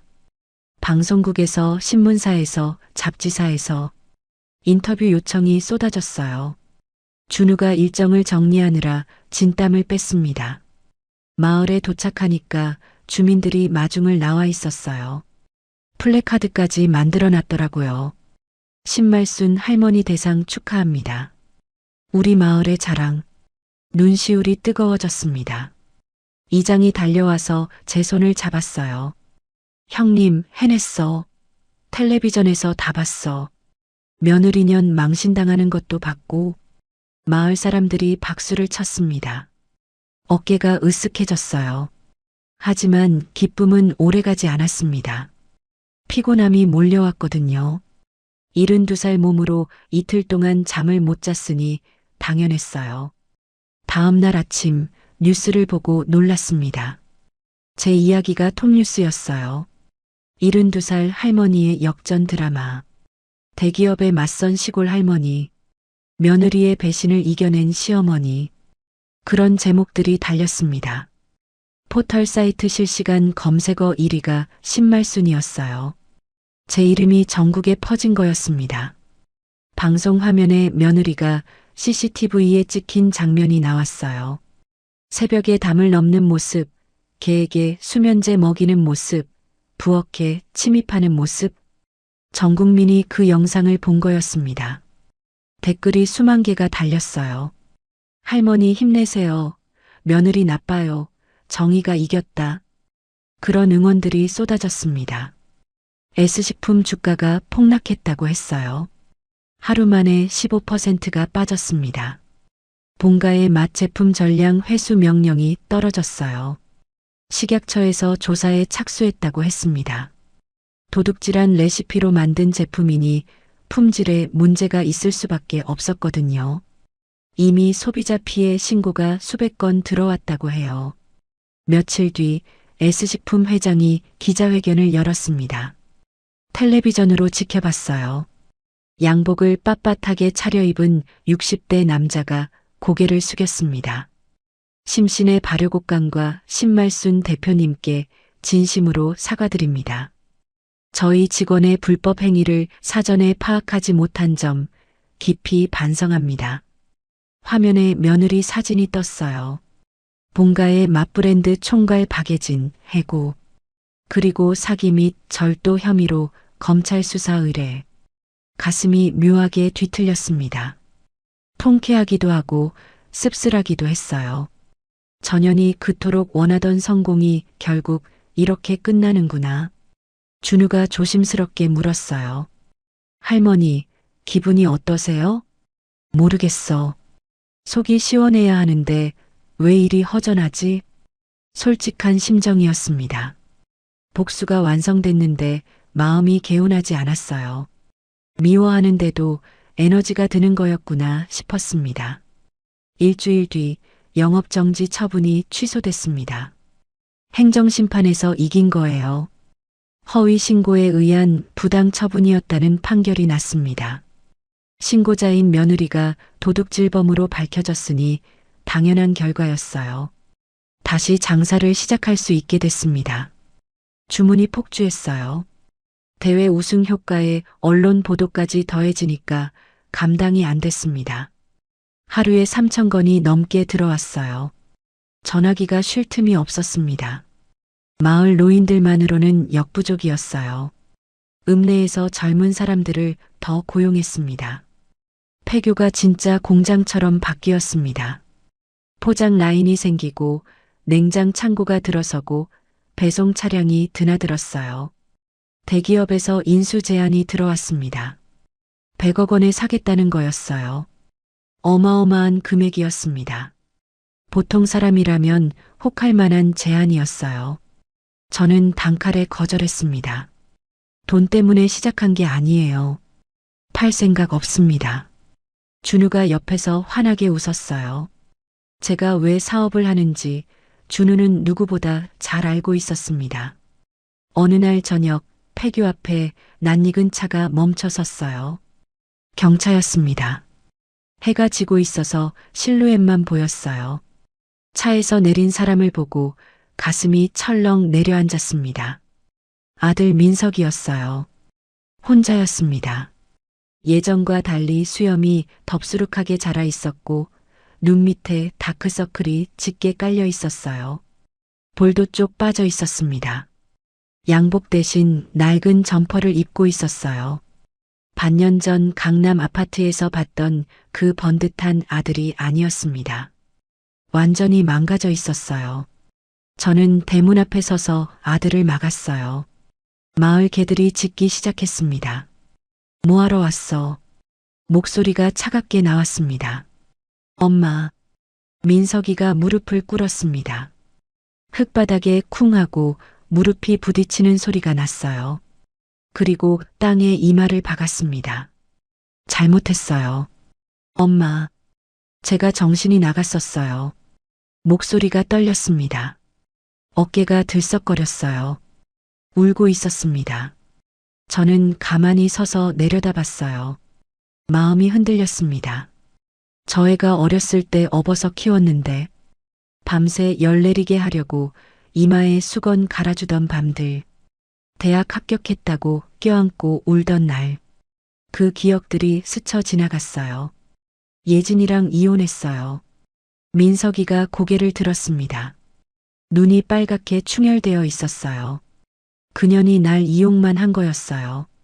엄마 재산 뺏으려고 접근한 거였어요. 저는 바보같이 그것도 모르고 한참을 울었습니다. 콧물이 턱까지 흘러내렸어요.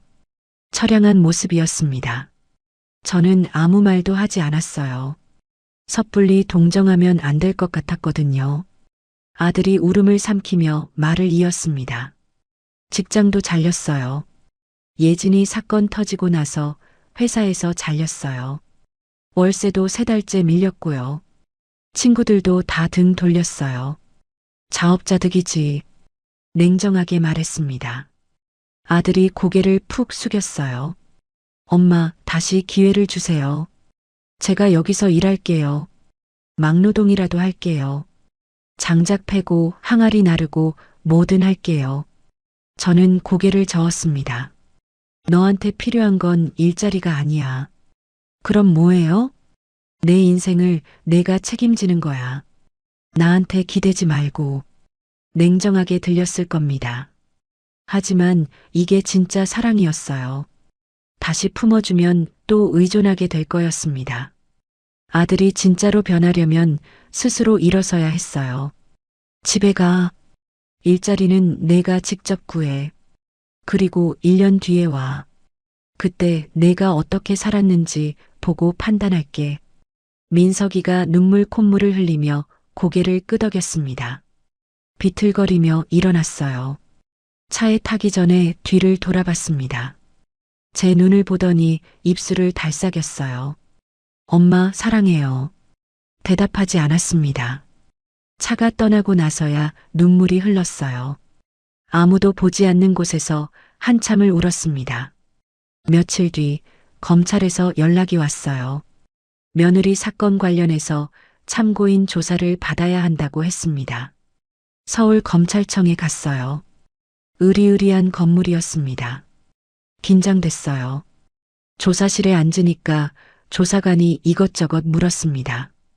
CCTV 영상이 언제 찍힌 건지, 피해 규모가 얼마인지, 레시피의 가치가 얼마나 되는지, 합의 의사가 있는지. 합의 안 합니다. 법대로 처벌해 주세요. 조사관이 눈을 동그랗게 떴어요. 보통은 합의금 받고 끝내는 경우가 많다고 했습니다. 저는 고개를 저었어요. 돈이 필요해서 그러는 게 아니에요. 잘못한 건 벌을 받아야 해요. 조사관이 고개를 끄덕였습니다. 돌아오는 길에 마음이 무거웠어요. 며느리가 감옥에 갈 수도 있다는 게 실감이 났거든요. 어쩌면 몇 년 동안 철창 안에서 살게 될 수도 있었습니다.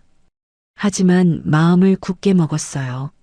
잘못한 사람은 벌을 받아야 하는 거였습니다. 봐주면 또 다른 피해자가 생겨요. 버스 창밖을 보며 생각했습니다. 이게 정말 끝인가? 아직 뭔가 남은 것 같은 느낌이 들었어요. 폐교로 돌아오니까 준우가 기다리고 있었어요. 서류 뭉치를 들고 있었습니다. 표정이 밝았어요. 할머니, 좋은 소식이에요. 농림축산식품부에서 전통식품명인 지정심사를 해주겠대요. 전통식품명인. 꿈에도 생각 못했던 타이틀이었습니다. 전국에 손꼽히는 장인들만 받는 영예였어요. 명인으로 지정되면 정부 지원도 받고 브랜드 가치도 올라가고 후계자 양성 프로그램도 참여할 수 있대요. 무엇보다 국가가 내 기술을 인정해 주는 거였습니다. 진짜야? 나 같은 시골 할머니가? 진짜예요. 대회 우승에 50년 경력에 100년 시간장까지 자격이 충분하대요. 준우가 눈을 반짝였습니다. 저도 웃음이 났어요. 72살에 이런 일을 겪을 줄은 몰랐습니다. 남편이 살아있었으면 뭐라고 했을까요? 아마 말수나 고생했다 하면서 등 토닥여줬겠죠. 할머니, 진짜 해낸 거예요. 시골 할머니가 대기업 이기고 명인까지 되는 거예요. 영화 같아요. 영화보다 더 드라마틱하지. 현실이 더 무섭다니까. 둘이서 한참을 웃었습니다. 밤에 장독대 앞에 섰어요. 달빛이 항아리들을 비추고 있었습니다. 수백 개의 항아리가 운동장에 줄지어 서 있었어요. 네 군데 같았습니다. 이것들이 있어서 여기까지 올 수 있었어요. 남편 영정 사진을 꺼내 들었습니다. 영감, 나 잘하고 있는 거 맞지? 아들 쫓아보내는 게 맞는 거지? 바람이 불어와 머리카락을 흔들었습니다. 대답처럼 느껴졌어요. 그래, 잘하고 있어. 그 말을 들은 것 같았습니다. 눈물이 한 방울 흘렀어요. 닿지 않았습니다. 이제 마지막 단계가 남았어요. 내가 이 모든 걸 왜 시작했는지, 어떻게 마무리할지 결정해야 했습니다. 돈도 명예도 복수도 다 잃었어요. 그럼 이제 뭘 해야 할까요? 별을 올려다보며 생각했습니다. 답은 이미 마음속에 있었어요. 내일 아침 준우한테 말해야겠습니다. 이 길고도 긴 여정의 마지막 장을 이제야 펼칠 때가 드디어 온 것입니다. 1년이 지났습니다. 계절이 4번 바뀌는 동안 많은 일이 있었어요. 전통식품 명인 심사를 통과했습니다. 서류 심사, 현장 심사, 실기 심사. 3번의 관문을 모두 넘었어요. 심사위원들이 제가 담근 장을 맛보더니 감탄했습니다. 농림축산식품부 장관이 직접 인증서를 수여했어요. 정부 세종청사 대강당에서 열린 행사였습니다. 양복 입은 사람들 사이에서 저만 한복을 입고 있었어요. 대한민국 전통식품 명인 제73호 신말순. 금색 글씨가 새겨진 액자를 받아들었을 때 손이 떨렸습니다. 평생 장만 담갔을 뿐인데 이런 영예를 받다니요. 객석에서 준우가 박수를 치고 있었어요. 눈물이 났습니다. 명인 지정 이후로 삶이 또 달라졌습니다. 대학교에서 특강 요청이 왔어요. 식품영양학과 학생들 앞에서 강의를 했습니다. 처음에는 떨려서 혀가 꼬였어요. 하지만 장담그는 이야기를 하니까 자연스럽게 말이 나왔습니다. 학생들이 눈을 반짝이며 들었어요. 질문도 많이 했습니다. 시간장은 어떻게 관리하냐? 매주 띄우는 비결이 뭐냐? 전통 발효의 미래는 어떻게 보냐? 대답하다 보니까 2시간이 훌쩍 지나갔어요. 강의가 끝나고 한 학생이 다가왔습니다. 20살쯤 돼 보이는 여학생이었어요. 할머니, 저도 전통 발효식품 만드는 사람이 되고 싶어요. 어떻게 하면 될까요? 가슴이 뭉클했습니다. 내 이야기가 누군가에게 꿈이 됐구나. 그 학생 손을 잡고 말했어요. 마음만 있으면 돼. 나중에 우리 공장에 놀러와. 내가 가르쳐 줄게. 학생이 환하게 웃었습니다. 그 웃음이 오래도록 기억에 남았어요. 어느 날 준우를 불러서 이야기를 나눴습니다. 장독대 앞 평상에 나란히 앉았어요. 해가 지고 있었습니다. 하늘이 주황색으로 물들어 있었어요. 준우야, 할머니가 할 말이 있어. 준우가 고개를 돌렸습니다. 눈이 맑았어요. 처음 만났을 때 죽으려던 그 눈이 아니었습니다. 살아있는 사람의 눈이었어요. 이 청년이 아니었으면 여기까지 오지 못했을 겁니다. 빚에 쫓기던 청년이 이제는 듬직한 사업 파트너가 됐어요. 직원 30명을 관리하고 거래처와 협상하고 신제품 개발도 주도했습니다. 이 회사 내가 이어받아라. 준우가 눈을 크게 떴습니다. 입이 벌어졌어요. 네, 할머니, 그게 무슨 말씀이세요? 나 이제 73이야. 언제까지 이렇게 뛸 수 있겠어? 내가 대표가 돼서 이끌어가. 준우가 고개를 저었어요. 손을 내저었습니다. 얼굴이 빨개졌어요. 안 돼요. 이건 할머니 회사예요. 할머니가 피땀 흘려서 만든 거잖아요. 저는 준우 손을 잡았습니다. 거칠어진 손이었어요. 1년 동안 얼마나 고생했는지 손바닥이 말해주고 있었습니다. 내가 만들었으니까 내가 물려줄 사람을 정할 수 있는 거야. 너 아니면 누구한테 줘. 준우 눈에 눈물이 고였어요. 고개를 푹 숙였습니다. 할머니, 저 그때 죽으려고 했잖아요. 할머니가 살려줬어요. 이 은혜를 어떻게 갚아요? 갚을 필요 없어. 그냥 잘 살아. 그게 갚는 거야. 한참을 울었습니다. 저도 눈물이 났어요. 둘이서 해가 질 때까지 울다가 웃다가 했습니다. 며칠 뒤 변호사를 불러서 서류를 정리했어요. 회사 지분 전부를 준우에게 넘겼습니다. 법인 등기부등본에 대표이사 강준우라고 적히는 걸 봤어요. 뿌듯했습니다. 그리고 아파트 판 돈 25억 중 20억은 사회복지재단에 기부하기로 했어요. 불우한 노인들을 위한 기금으로 쓰이게 됩니다. 혼자 밥 못 챙겨 먹는 어르신들, 요양원 비용 없어서 고생하는 분들, 그런 사람들한테 조금이나마 도움이 됐으면 했어요. 남은 5억은 제 노후 자금으로 남겨뒀습니다. 충분했어요. 욕심 부릴 나이가 아니었거든요. 돈은 쓰고 죽어야지 쌓아두고 죽으면 무슨 소용이에요. 기부 소식이 알려지자 기자들이 몰려왔어요. 카메라가 번쩍번쩍 터졌습니다. 왜 그렇게 큰 돈을 기부하냐고 물었어요. 돈 때문에 시작한 게 아니었어요. 내 존재를 증명하고 싶었던 거예요. 이제 증명 끝났으니까 돈은 필요한 사람한테 가야죠. 기자들이 연신 카메라를 눌러댔습니다. 저는 담담하게 웃었어요. 그리고 마침내 아들이 돌아왔습니다. 정확히 1년 뒤였어요. 약속한 날짜에 맞춰서 왔습니다. 달력에 동그라미 쳐놓고 기다렸거든요. 폐교 앞에 차가 멈춰 섰어요. 1년 전과 같은 경차였습니다. 낡았지만 깨끗하게 닦여 있었어요. 하지만 차에서 내린 사람은 달랐습니다. 수염을 깔끔하게 밀었고 눈빛이 살아 있었어요. 무엇보다 허리가 펴져 있었습니다. 양복은 아니었지만 단정한 작업복을 입고 있었어요. 흙이 묻어 있었습니다. 일하는 사람의 옷이었어요.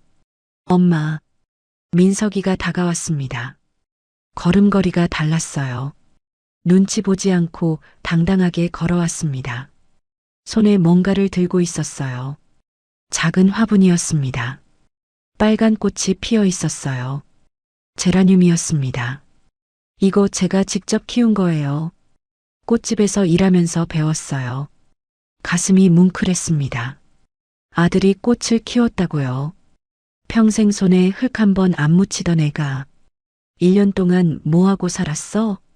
처음 3개월은 공사판에서 일했어요. 허리 아픈 거 참으면서요. 그러다가 꽃집 사장님이 저 불쌍하다고 데려가 줬어요. 거기서 일하면서 꽃 키우는 법 배웠어요. 민석이가 고개를 숙였습니다. 엄마, 그동안 제가 얼마나 한심하게 살았는지 알겠어요. 남 등쳐먹고 부모 등쳐먹고 그게 인생인 줄 알았어요. 눈물이 뚝뚝 떨어졌습니다. 1년 전과 다른 눈물이었어요. 억지로 짜내는 게 아니라 진심에서 나오는 눈물 같았습니다. 이제 알았으면 됐어. 저는 아들을 안아줬습니다. 1년 만에 처음으로요. 뼈가 앙상하게 느껴졌어요. 고생을 많이 했나 봅니다. 등뼈가 손에 잡혔어요. 하지만 그래서 더 든든하게 느껴졌습니다. 진짜 어른이 된 것 같았거든요. 어깨가 예전보다 넓어졌어요. 일하면서 근육이 붙은 거였습니다. 엄마, 저 이제 꽃집 차릴 거예요. 작게라도 제 힘으로 시작할 거예요. 대출받아서 보증금 마련했어요. 돈 달라는 거 아니에요. 그냥 알아줬으면 해서요. 고개를 끄덕였습니다. 가슴이 벅찼어요. 이제야 내 아들이 됐구나. 50년 걸렸지만 늦지 않았어요. 아들이 제 등을 토닥였습니다. 언제부터 이렇게 컸을까요? 어느새 저보다 머리 하나가 더 컸어요. 저녁에 마을 사람들이 모였습니다. 마을 회관에서 잔치를 벌였어요. 돼지고기를 삶고 막걸리를 담그고 전을 부쳤습니다. 다들 한 가지씩 음식을 가져왔어요. 이장이 막걸리를 따르며 말했습니다. 말순이 형님 덕에 마을이 살았어. 젊은 사람들 돌아오고 가게 다시 열고 평생 은인이야. 주민들이 박수를 쳤습니다. 할머니들이 제 손을 잡고 고맙다고 했어요. 한 할머니는 울기까지 했습니다. 손주들이 서울로 떠났다가 다시 돌아왔다며요. 쑥스러웠지만 기뻤습니다. 내가 한 일이 누군가의 삶을 바꿨구나. 그 사실이 가슴 깊이 와닿았어요. 민석이가 할머니들 술잔을 채워드렸습니다. 준우가 고기를 구워 나눠줬어요. 두 청년이 나란히 일하는 모습을 보니까 흐뭇했습니다. 둘 다 제 아들 같았어요. 밤늦게 장독대 앞에 섰어요. 달빛이 항아리들을 비추고 있었습니다. 수백 개의 항아리가 은빛으로 빛나고 있었어요. 이 항아리들이 있어서 여기까지 왔습니다. 50년 세월이 담긴 보물들이에요. 남편 영정 사진을 꺼내 들었습니다. 달빛에 남편 얼굴이 환하게 보였어요. 영감, 나 해냈어. 72에 시작해서 73에 다 이뤘어. 복수도 했고 증명도 했고 아들도 찾았어. 바람이 불어왔습니다. 나뭇잎이 바스락거렸어요. 남편이 대답하는 것 같았습니다. 잘했어. 수고했어. 이제 편하게 살아. 눈물이 흘렀습니다. 하지만 슬픈 눈물이 아니었어요. 1년 전 서울 강남 아파트 복도에서 흘렸던 눈물과는 달랐습니다. 그때는 억울함과 분노의 눈물이었어요. 며느리한테 문전박대당하고 된장 항아리에 금이 가고 요양원 계획을 엿듣고 흘렸던 눈물. 지금은 감사와 평화의 눈물이었습니다. 모든 게 제자리를 찾았다는 안도감이었어요. 뒤에서 발소리가 들렸어요. 돌아보니까 준우와 민석이가 나란히 서 있었습니다. 어깨를 나란히 하고 있었어요. 키가 비슷했습니다. 할머니, 뭐예요? 감기 걸리시겠어요. 별 보고 있었어? 너희도 같이 볼래? 셋이서 나란히 하늘을 올려다봤습니다. 별이 쏟아질 것 같았어요. 은하수가 하늘을 가로지르고 있었습니다. 서울에서는 절대 볼 수 없는 풍경이었어요. 1년 전 이 자리에서 혼자 봤던 하늘이었습니다. 그때는 막막하고 외로웠어요. 앞으로 어떻게 살아야 하나 막연했습니다. 이제는 혼자가 아니었어요. 옆에 든든한 사람들이 있었습니다. 할머니, 감사해요. 준우가 말했습니다. 엄마, 사랑해요. 민석이가 말했어요. 저는 대답 대신 두 사람 손을 잡았습니다. 따뜻했어요. 제 이름은 신말순. 올해 73입니다. 72에 모든 것을 잃었다가 73에 진짜 인생을 찾았습니다. 사람들은 묻습니다. 비결이 뭐냐고요? 비결 같은 건 없어요. 그냥 포기하지 않았을 뿐입니다. 넘어지면 다시 일어나고 막히면 돌아가고 울고 싶으면 실컷 울고 다시 걸었어요. 세월이 만든 장마처럼 인생도 오래 버티면 깊어지는 거였습니다. 누가 뭐래도 제 인생은 제가 주인공이에요. 그걸 깨닫는데 70년이 걸렸습니다. 늦었다고 생각하지 않아요. 깨달았을 때 바로 그때가 가장 빠른 때이니까요. 오늘의 사연 어떠셨나요? 사연이 마음에 닿았다면 더 좋은 사연으로 찾아뵐 수 있도록 구독과 좋아요를 눌러주세요. 그리고 사연의 주인공을 위한 따뜻한 말씀도 댓글로 부탁드립니다. 여러분의 오늘을 응원합니다. 인생 소풍이었습니다.